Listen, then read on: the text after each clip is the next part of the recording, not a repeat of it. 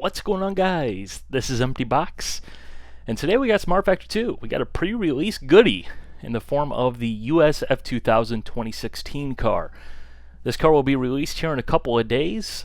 Wednesday, November 23rd is the specified release date. And they actually asked, hey, would you like to go ahead and do a video with the next car to come out? I'm like, yeah, sure, why not? You know, I'm not going to say no to that. I mean, that's only a good thing, right? So, yeah, this will be coming to a rFactor 2 near you here in a couple of days. And I think a lot of people are really going to enjoy this car. But this car is the entry level to the Mazda Road to Indy ladder program that we have here in North America to essentially get drivers from the lower end series all the way up to IndyCar and going fast. So let's go ahead and get the show on the road. Alrighty, as usual, going with the standard setup around these parts. 20-minute race against the AI. This time set to 102% difficulty, 80% aggression. We're racing at Toban Raceway Park. Gotta keep it in the groove, especially with cold tires. But this is a fictional circuit from the original rFactor that was brought forward here into rFactor 2 because it was so popular. And it's just a fantastic circuit, really, to put these cars in their paces. It's a heck of a lot of fun.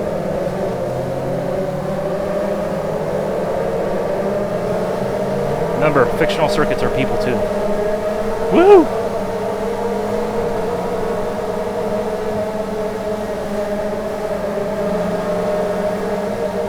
The guy who programmed the AI in this game, he may actually deserve a raise. Like, holy bejeebus. That was fantastic performance.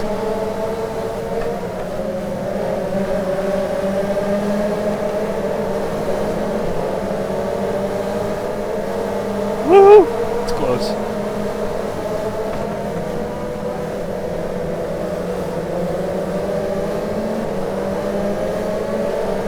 I have to say, this car might just be the most enjoyable car ISI ever released. It's just so much fun to just whirl around the track in this thing.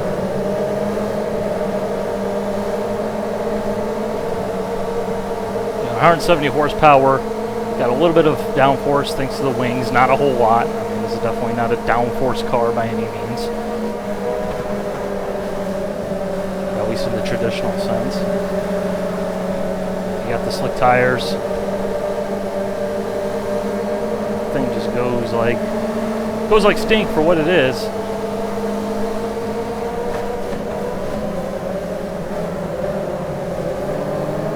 It's just so satisfying to try and get your braking right because this car really, really responds to trail braking. In fact, it pretty much demands it. Which same could be said for pretty much any car. Here, but yeah, this car really likes it if you can break down all the way into the apex.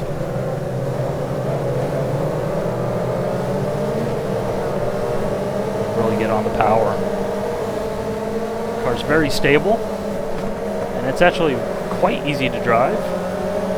And I have to say, one of the things with the ISI cars in rFactor 2, I think they're really good in many cases, but I've always kind of felt like, you know, when you're not on it, you always kind of handle goofy. And this was actually more of a common issue, in my opinion, you know, years ago before they added in the updated contact patch model, which this car does take advantage of as the latest content for rFactor 2 officially. But, you know, before then, it is kind of like, you know, if you're not on it, it's kind of like walking around on a bunch of marbles, like quite literally marbles.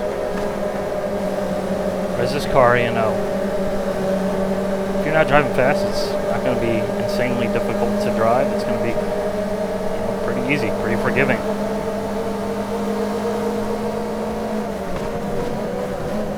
All that said, you should pick up the pace because driving fast is more fun than driving slow.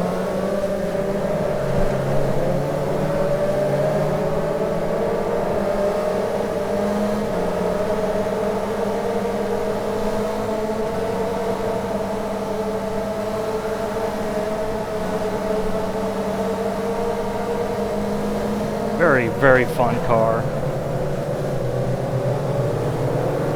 leave that door open. I'm just going to go ahead and walk right through it, man. Come on now. But this car does come with about 25 different skins, so more than enough to complete the grid. Give you a wide variety of cars to race with and race as. And interestingly enough, there are two national cars.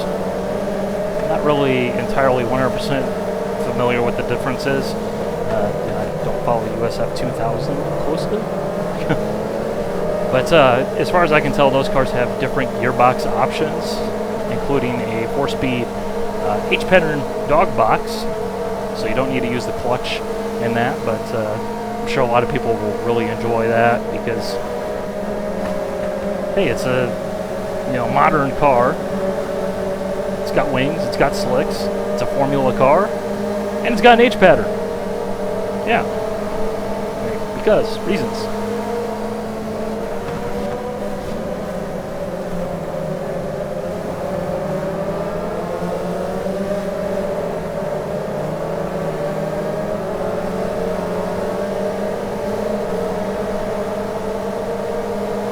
So I think that will probably be a car that's pretty popular. I wouldn't be surprised to see quite a few leaks prop up around this car in general, though, because it is the type of car that people do like. And I think if this car isn't popular, it kind of points to two issues, in my opinion. First of all, the player count in general. Issues that a low player count presents in terms of car selection and everything like that, but also, yeah, I think there's kind of this bias, against cars from, American series, even though it really doesn't matter and it shouldn't matter. I think it's kind of one of those things where, for example, if they were to say they were releasing the Pro Mazda, which is the tier above the USF2000 here, which I'll talk about that a little bit later because I think there's something interesting there. But I think a lot of people would be like, oh, well, I don't care, it's not an F3 car, even though it is, like, for most purposes, it's pretty much the same thing. I mean, it's not, but it's close enough that, if you enjoy one, you're going to enjoy the other. But of course, I think a lot of people are kind of in that narrow mindset where it's got to be specifically the car they want rather than the type of car that is pretty much exactly what they want anyways. That's something that really, if you pay attention, is definitely out there in our community across all the titles, and it's just like kind of stupid, to be entirely honest. So it'll be interesting to see how the release of this car goes, because I think this car, if you're a fan of rFactor 2, is going to please you. And that said, of course, if you're one of those guys who like historic Formula 1 cars and sports cars, obviously this probably ain't going to move the needle for you, but if you like open wheel feeder series cars,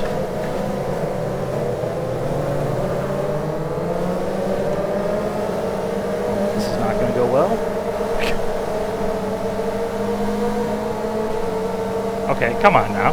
Now you're just bumping for the sake of bumping.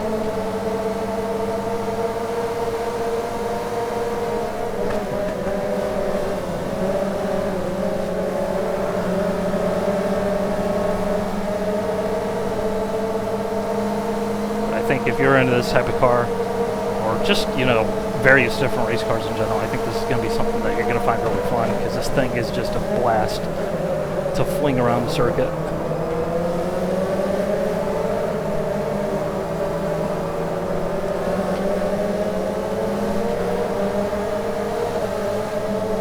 So there's a little bit of bumps there. Make the car want to lose grip.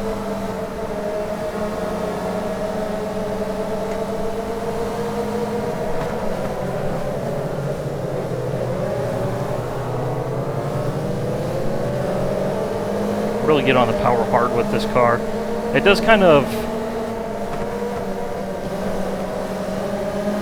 I guess I'd call it flip, for a lack of a better word.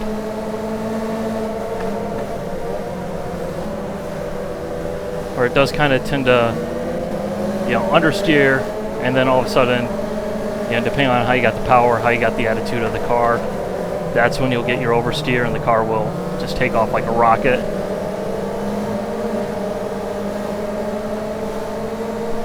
You know, like I said, you're really going to need to brake this car down into the apex. You're really going to need to work on your trail braking with this thing.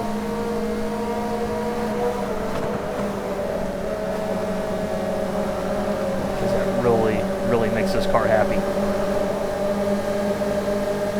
And driving this car really makes me happy. Yay! Everybody happy.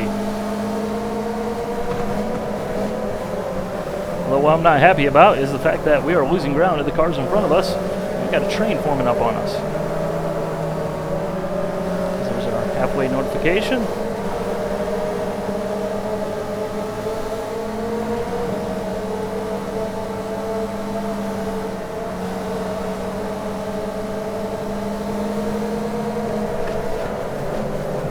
Oh, just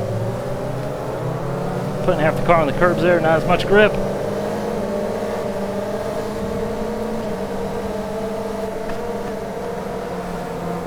Although one thing I will say, it does seem like the engine volumes are kind of a little bit hosed.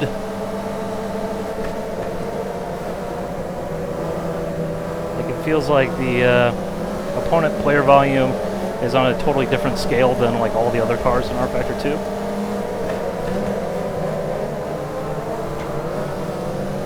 So it seems like all the other cars are a bit too loud. But speaking of sounds, I'll go ahead and shut up here, let you guys listen to them, and hopefully claw back some time.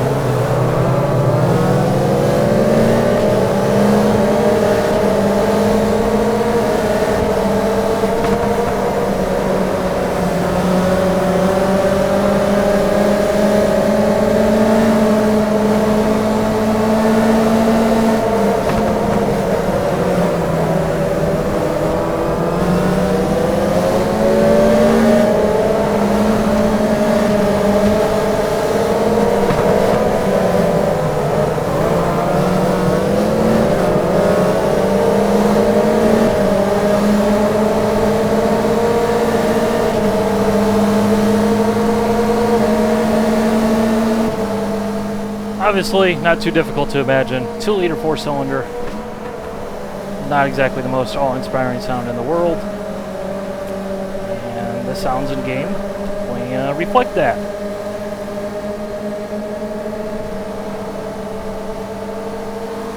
But regardless, if you get this corner right, you won't care about the sounds because hitting that corner is just so fantastic.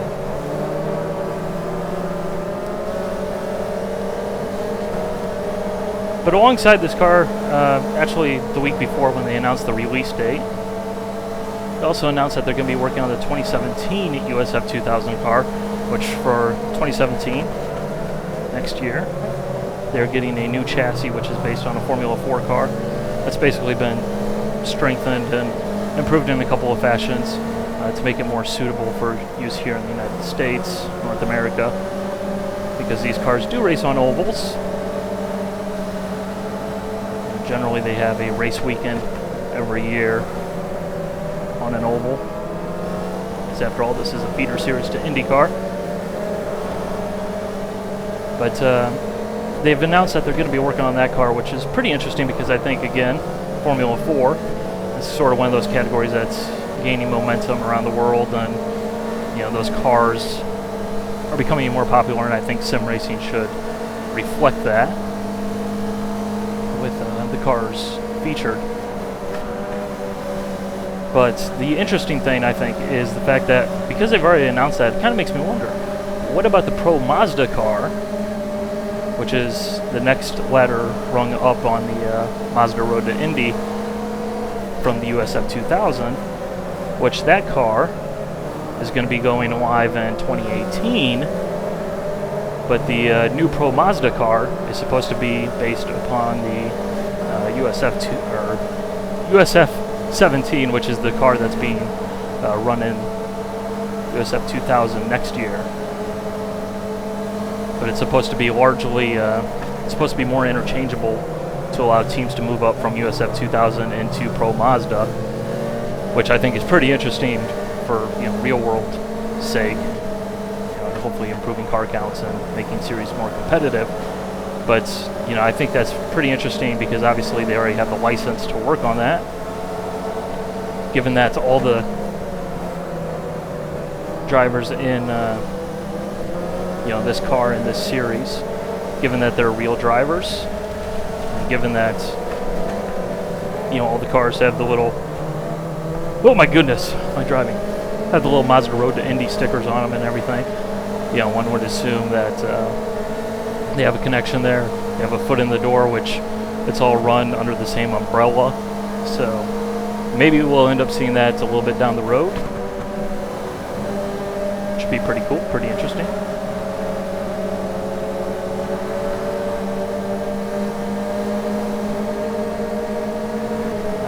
I feel a dive bomb coming here. I know what's going to happen. So I go into the corner too deep and get myself passed almost anyways.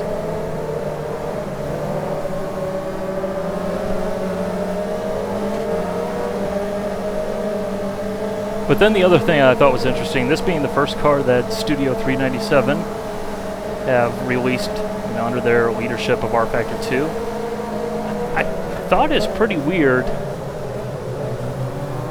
when I got a direct message on Twitter from Tim Wheatley, who's the guy over there that does the coordination for rFactor 2 and stuff with the community and all that. I don't even know what he does, but he does stuff.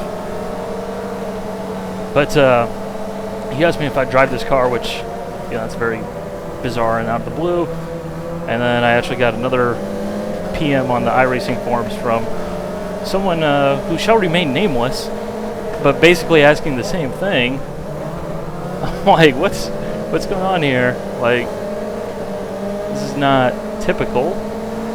Nothing in terms of my channel or anything has changed, so I don't think it's anything I'm doing. I think it's more so the new leadership of Studio 397. But then, I'm not sure if I'm going into too many details here, but they're pretty harmless anyways. But, going through the email that they sent the link over with the car is from one of the ISI staffers. should say Studio 397. Probably not the last time I'm going to do that. Probably also not the last time I'm going to have a choo-choo train behind me. But, you know, we went through all the different details and everything, and what this car is, and how to make sure you got your suggested settings in there, and make sure you have your graphics turned up. Like, I'm just reading this, I'm like, I don't think this really applies to me. Like, I know what I'm doing. I may not know how to drive very well sometimes, but, you know, I generally can get a good race in rFactor 2. You know, I already got the settings cranked up. Like, why are you telling me this? Kind of, you know, the whole thing just kind of made me scratch my head and say, okay, what's going on here? So I think they're, you know, sort of pushing to actually get rFactor 2 out there a bit more. Granted, it couldn't be out there any less than what it had been. But pretty interesting. That was pretty bizarre. There's a checkered flag. You got guys waving flags and everything. So we're going to go for world's fastest cooldown lap. See if we can catch up to the cars in front of us finally. Now that they've slowed down, maybe. Plus, I just wanted to go through that corner again because that corner is so satisfying.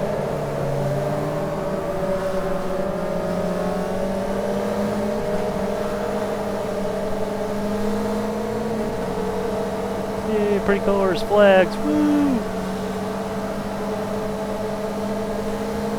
So really, between the endurance racing content last week with the third-party endurance series mod, you know, as well as what is already there and what is here in rFactor 2 with the features, as well as a car like this, you know, if they can really start to